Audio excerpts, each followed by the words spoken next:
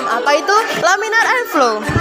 Laminar airflow merupakan alat laboratorium yang mengalirkan udara bersih secara terus-menerus untuk menjaga wilayah kerja bersih dari debu, kotoran, dan partikel lainnya.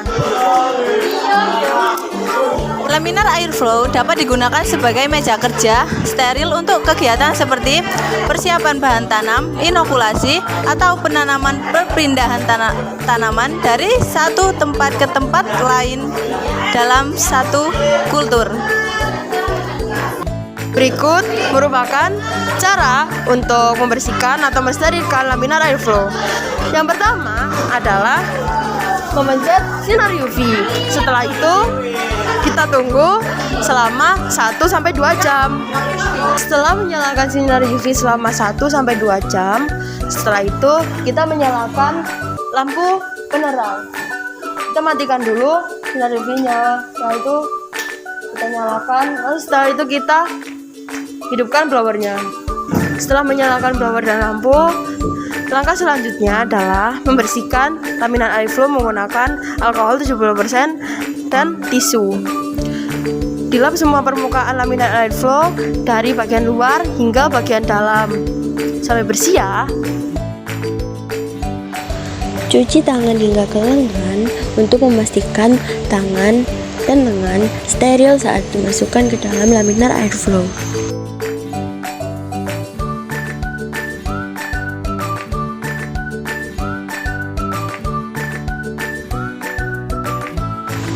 Setelah mencuci tangan dan dikeringkan, kemudian pakai sarung tangan. Lalu semprotkan alkohol 70% untuk mensterilkan tangan.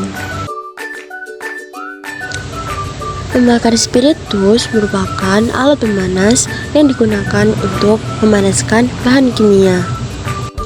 Adapun fungsi lain dari pembakar spiritus yaitu mensterilkan alat-alat kimia seperti OC, pinset, cawan petri, serta alat-alat yang dimasukkan di dalam laminar airflow agar menjaganya tetap steril.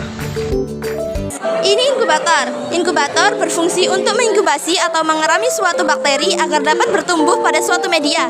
Bakteri membutuhkan suhu yang cocok agar dapat bertumbuh dan berkembang biak dengan baik. Nah, untuk cara kerjanya, kita tekan tombol on off terlebih dahulu. Cara kerjanya dengan mengoptimalkan suhu dan kelembapan agar bakteri dapat berkembang biak dengan baik. Kalau yang ini namanya alat loop inokulasi yang berfungsi untuk memindahkan mikroorganisme seperti bakteri dan jamur dari medium satu ke medium yang lain dalam proses mikrobiologi. Cara kerja alat ini yaitu yang pertama dengan cara sterilisasi loop yang dilakukan dengan dipanaskan di atas pembakar spiritus, dan yang kedua dengan pengambilan mikroorganisme, yang ketiga inokulasi media baru, dan keempat sterilisasi ulang yaitu dipanaskan, dan yang terakhir penutupan media. Nah, ini tabung Durham. Fungsinya adalah untuk mendeteksi suatu gas yang dihasilkan dari mikroorganisme. Nah, cara kerjanya, jika gas yang dihasilkan pada suatu proses fermentasi, maka gas akan menggelembung di bagian atas. Di sini ada lemari es. Fungsi lemari es yaitu untuk menyimpan bahan yang membutuhkan suhu dingin, serta sebagai tempat penyimpanan untuk menghambat pertumbuhan mikroba atau untuk menyimpan alat-alat kebutuhan laboratorium. Cara kerja lemari es yaitu yang pertama, nyalakan stop kontak pada listrik. Yang kedua, buka lemari pintu es. Yang ketiga, masukkan bahan kimia atau media yang ingin disimpan pada bagian atas. Yang keempat, tutup pintu lemari es. Selanjutnya ada termometer. Fungsi termometer untuk mengukur suhu, temperatur, ataupun perubahan suhu. Cara penggunaan termometer yaitu: 1. Pastikan termometer telah dikalibrasi dengan benar. Kedua, letakkan termometer ke dalam zat atau bahan yang ingin diukur suhunya. Ketiga, tunggu beberapa saat hingga termometer mencapai suhu zat atau bahan yang sedang diukur. Keempat, baca skala pada termometer untuk mengetahui suhu zat atau bahan yang sedang diukur.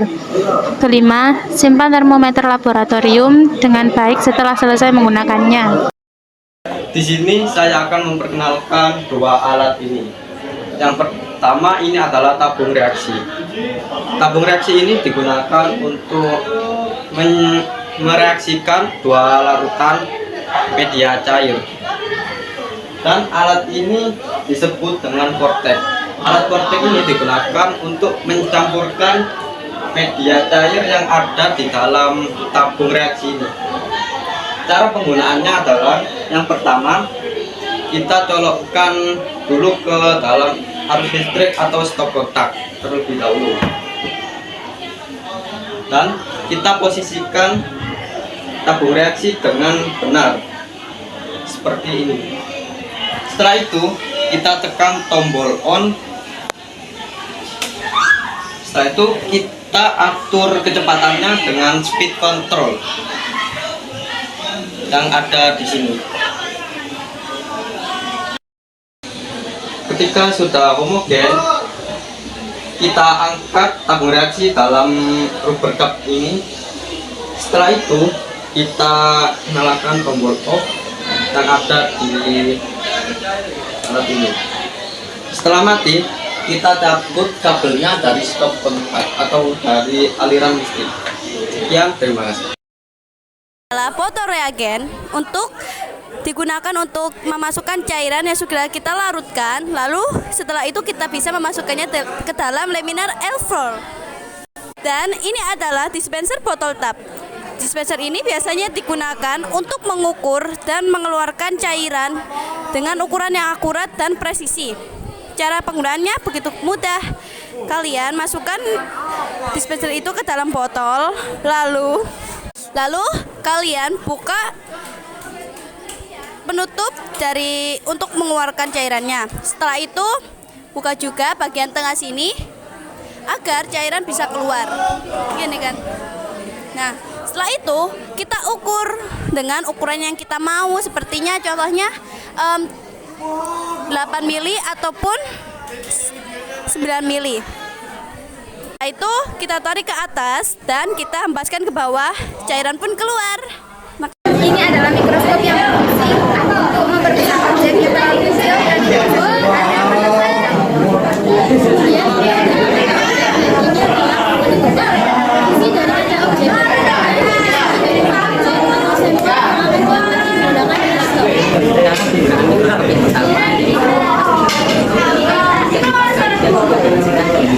pastikan kabel tersambung dengan aliran listrik.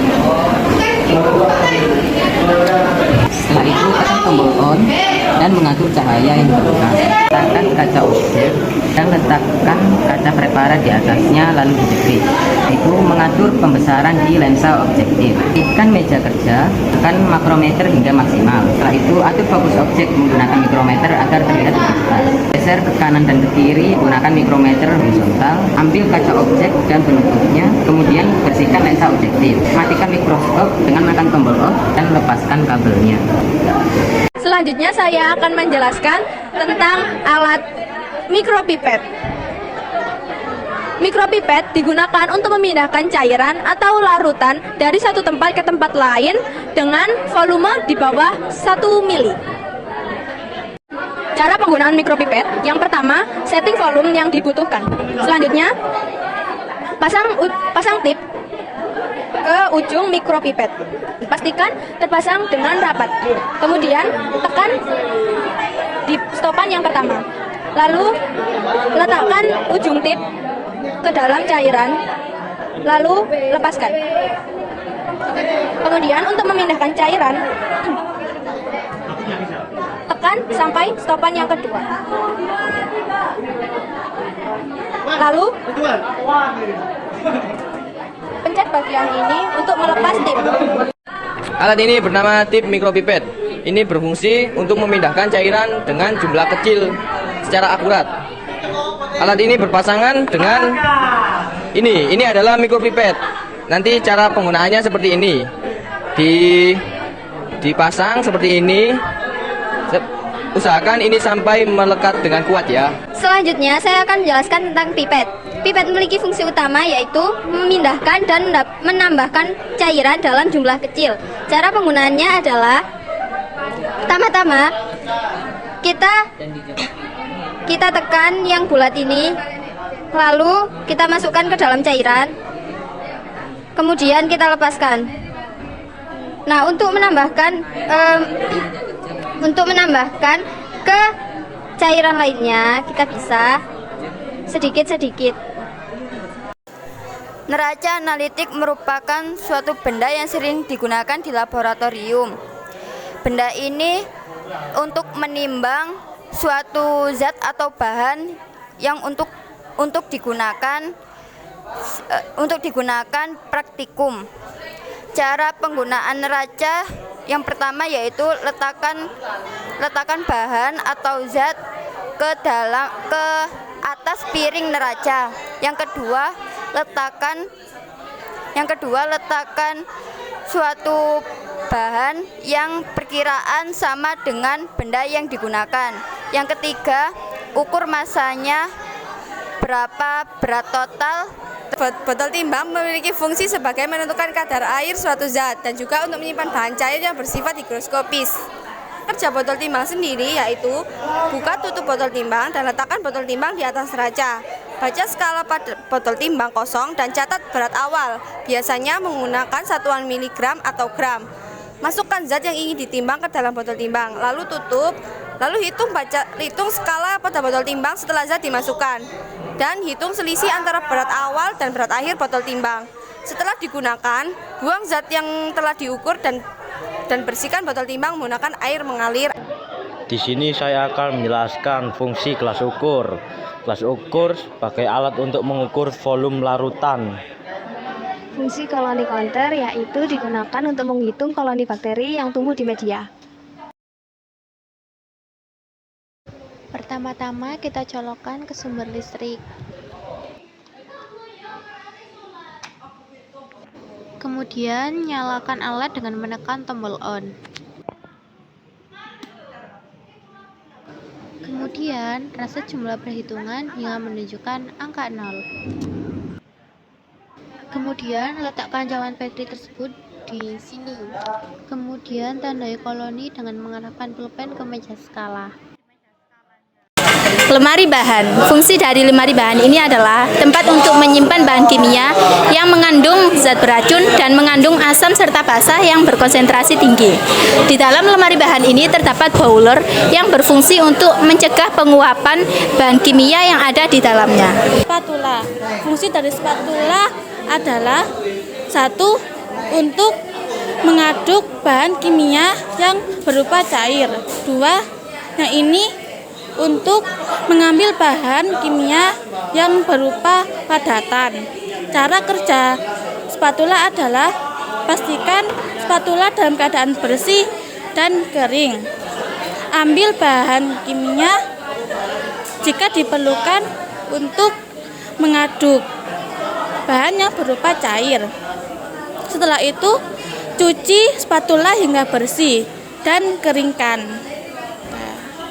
Fungsi cawan Petri ialah yang pertama untuk isolasi koloni, dan yang kedua untuk pengujian hasil sterilisasi, dan yang ketiga untuk kultur mikroorganisme. Cara penggunanya yang pertama ialah pastikan cawan Petri bersih dan steril, dan yang kedua ialah buka cawan Petri, panaskan ujung cawan Petri pada pembakar spiritus, dan yang ketiga masukkan media yang akan digunakan ke dalam cawan Petri, dan yang keempat ialah panaskan ujung cawan Petri dan tutup kembali cawan Petri menggunakan parafilm. Autoklaf adalah untuk mensterilkan dengan menggunakan uap panas yang bertekanan tinggi. Cara penggunaannya adalah pastikan autoklaf dalam keadaan bersih. Yang kedua, isi autoklaf dengan air bersih. Yang ketiga, atur waktu pada autoklaf dengan menggunakan bahan yang akan disterilkan.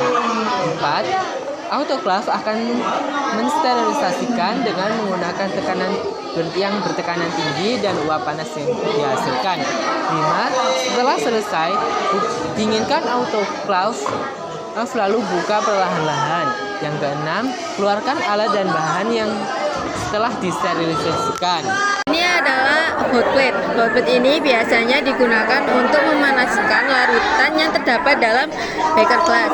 Dan di dalam beker glass ini ada stirrer. Stirrer ini yang berfungsi untuk mengaduk otomatis pada larutan di dalam hot plate tersebut. Cara kerja dari hot plate yaitu yang pertama menyambungkan hot plate dengan sumber listrik.